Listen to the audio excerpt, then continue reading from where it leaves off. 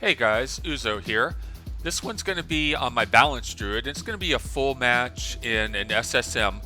It is from Season 4, but since this video is going to concentrate on map awareness and playing the objectives, it's still relevant even though it's Season 4, and in fact it will be relevant no matter what season of SoloQ rated BGs that you're playing. And that's because I'll be talking about things that don't change from season to season. Now, the nice thing about Balance Druid is that you can decide to go into the team fight and be very effective, but you can also decide to play off of the team fight, do the objectives away from the team fights and also be very effective. So I do have some older videos out there, where I do take the Balance Druid into the team fight, but the reason why I've been kind of avoiding that is that does depend on class balance. So right now the class balance in the pre-patch is pretty bad. It's probably going to be pretty bad at the beginning of the War Within as well, honestly, until a few weeks after they start making some adjustments. But there, when you're going to team fight, that class balance actually is relevant because there's some specs that are much stronger than others, right now. So I'm trying to avoid that and talking more about, map awareness and how to play the maps to help your team win. So I do have that choice between going to the team fight or going for, off objectives. And that decision is often made by looking at the team compositions, right? Looking at what's on our team, looking at what's on the enemy team. When I look at our team, I see that we have 2 rogues, an MM Hunter, myself, Balance Druid, we have a Shadow Priest, and we have an Unholy DK. We only have 1 melee. And we have these rogues, so we don't really have a strong team fight composition here. And when you look at the other side, they have Unholy DK, they have 2 Ret Paladins, they have a Windwalker Monk, and then they have a Survival Hunter and an Affliction Warlock. So they have a much better team fighting composition. So at that point, just based off of that, I decide, okay, I'm going to be playing objectives in this match. Okay, so you just saw there, I +1 this Hunter on the enemy team with a friendly rogue. There's no shame in +1ing, guys. You're trying to win here. You're not like fighting with honor. So we get this cart. And then here's the first thing I really want to talk about as far as looking at the map and looking at Battleground Enemies. Coming out of the gate, I made a mental note of the name of the rogue that was going to guard top. And then when we were doing the +1 on the Hunter, right after that fight, I took a look and I saw that, he's low health. And I could see that he was fighting a DK. He was fighting a Death Knight. And it looks like he won that fight. I could tell that he was fighting a Death Knight because of the debuffs that he had on him, which I could see on the friendly part of Battleground Enemies. And also there's a red square on his nameplate, which indicates that the Death Knight was targeting him. If you look at over on the right for the enemy BGE part of this, you can see that their DK is dead. So the rogue at top won their 1v1 against the DK, but I keep looking at this, and unfortunately I can see that a Paladin is now attacking him because of the pink square on his nameplate. I mean, just pause to think about that for a second. All these things I know just from BGE. I know the rogue at top got attacked by an Unholy DK, and they won that fight, but they're low health, and then they get attacked by a Paladin, which means that not only are they low health, but they're probably out of cooldowns and they need help. So that's where I'm going to help that rogue. Without that map awareness, we would have almost certainly lost top to that Paladin.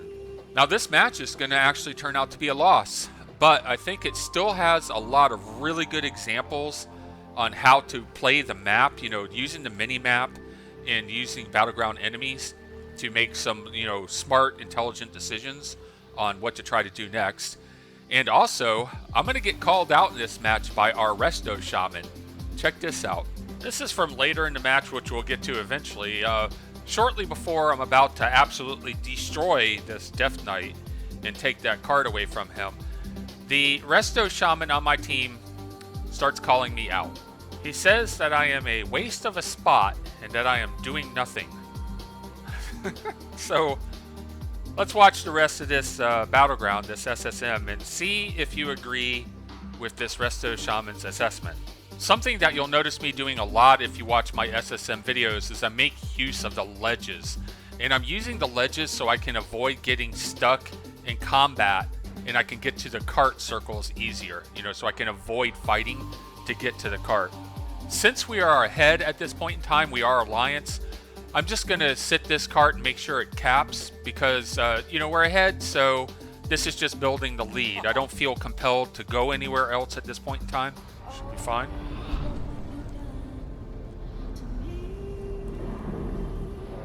Lava's no good. I'm gonna flip the track on lava.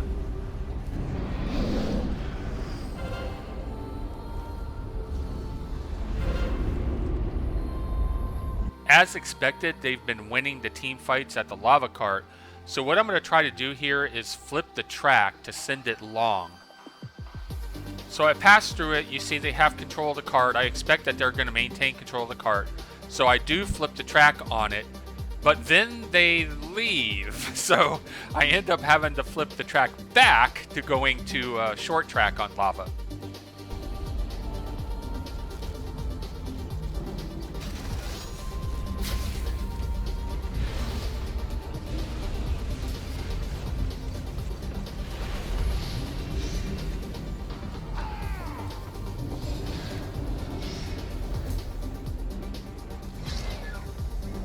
And we end up getting a gimme on the lava cart. I'm gonna come here. If it looks bad on this cart, I'm gonna flip it again.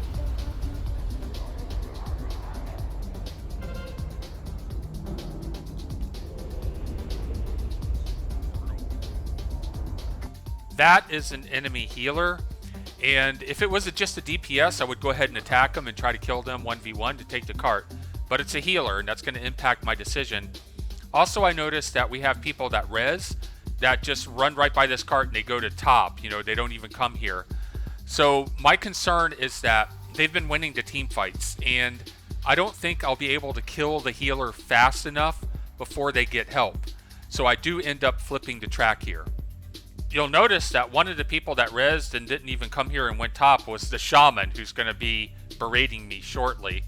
Unfortunately here, I do have friendly players come into the cart here to attack it, but it's too late because I've already committed to the cart flip.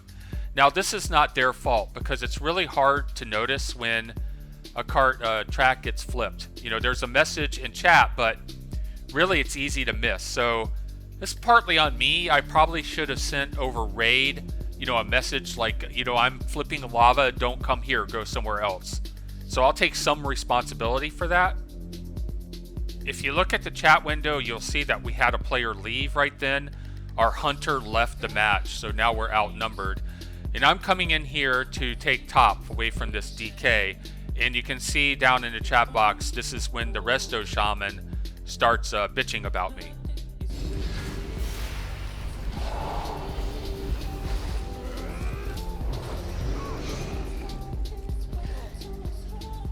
So I totally man, bear, pig handled that DK out of the circle.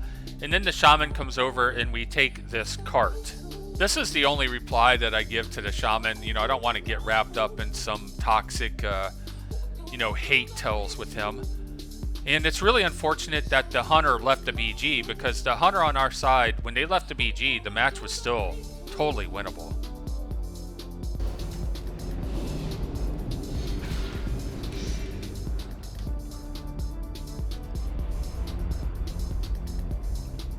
I mean, I have like dominated this on objectives.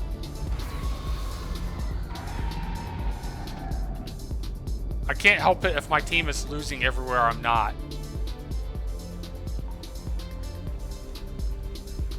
Going to lava. The reason why I'm going to go to lava is because I've taken a look at the minimap. Like, look at the minimap, you can see lava cart is going to cap next. The middle cart is going to cap after that. The cart that goes to top just spawned right now, and it's going to cap last. And look where a lot of my team are.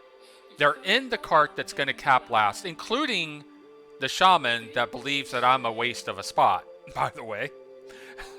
I mean, if you are not going to lava at this point in the match, because this match is very winnable, the score is close. If you're not going to lava at this point in the match, you're doing it wrong.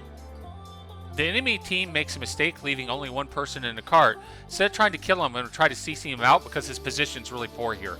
He's too far on that side of the ring. I do get a Cyclone and a Root Beam on him, which actually gets him outside of the circle. But this guy, this hunter, has a brain, right? And he comes to help lava. So it's going to make it pretty much impossible for me to take it at this point in time. Friendly DK comes in. He pulls that monk out. I get a haymaker on this guy. We actually have control of the cart here for a short period of time. But then the DK dies and they have a warlock come in, and that's pretty much it. We did not get help. They had more intelligent people on their side at the end than we had intelligent people on our side. And that's basically why we end up losing this match. Along with being outnumbered because a hunter left the match as well. So I think I was justly upset with this match, and I kind of share my displeasure with the team here in chat. And then Griefs points out after that, you know, that we were short a player, right? So that did hurt, but it wasn't just that. I mean, people didn't play the carts well at all, at the end in particular. Okay, for the last part of this, let's do an unwanted celebrity VOD review. Okay, so this has been Rookie. He's on his healer, he's on a monk. And I want to do just like a quick little review. Not going to look at the whole thing, but just bits and pieces of it. Because I think a lot of the people already know the things that I'm talking about in this video. But there's a lot of people that don't. And you would be surprised at some of the people that don't. For example, Vinruki, because he specializes in arena, he doesn't really do a lot of BGs. He doesn't really do a lot of solo Q rated BGs. Not yet anyway. He will be. So first of all, his UI. First thing I notice is that he does not have minimap. Minimap is like really important on pretty much all the maps, but it's especially important on SSM because you need to look and see at a quick glance where the carts are relative to each other so you know the best place to go. Another thing I notice is that he has the enemy part of BGE there, but he doesn't have the friendly part.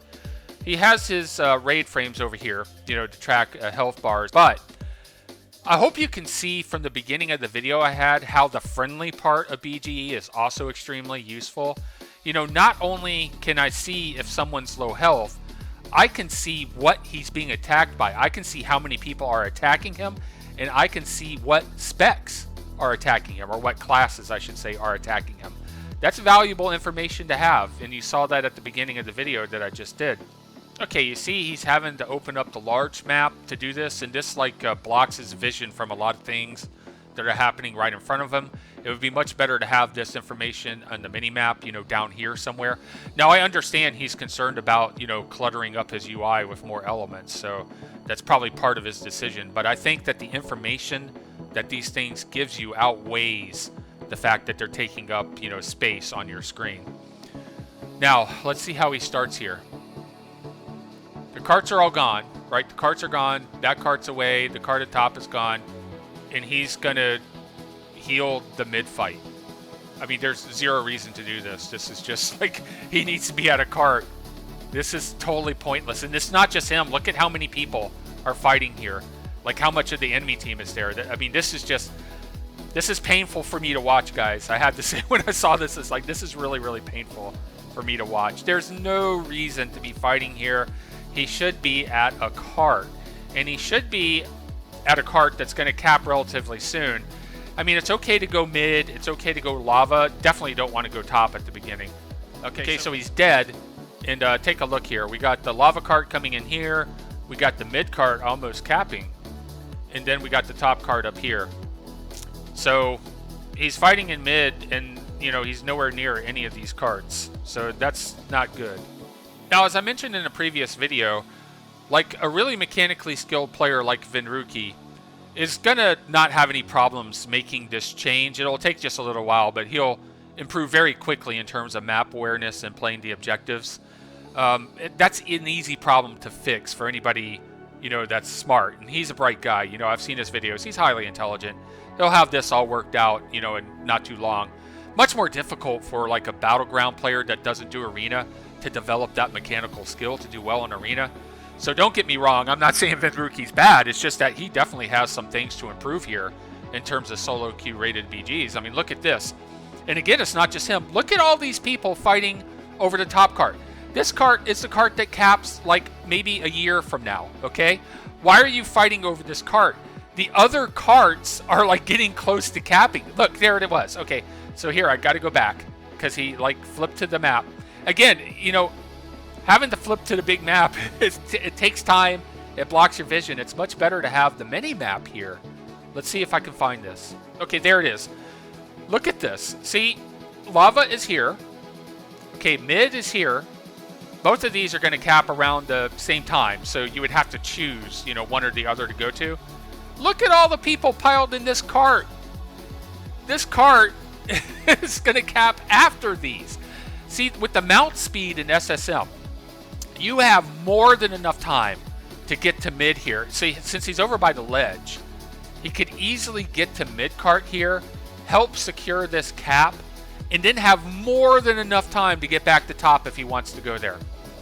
There's like zero reason to be at top cart here. You saw that in my video where a bunch of my team was at top cart when they should have been at lava.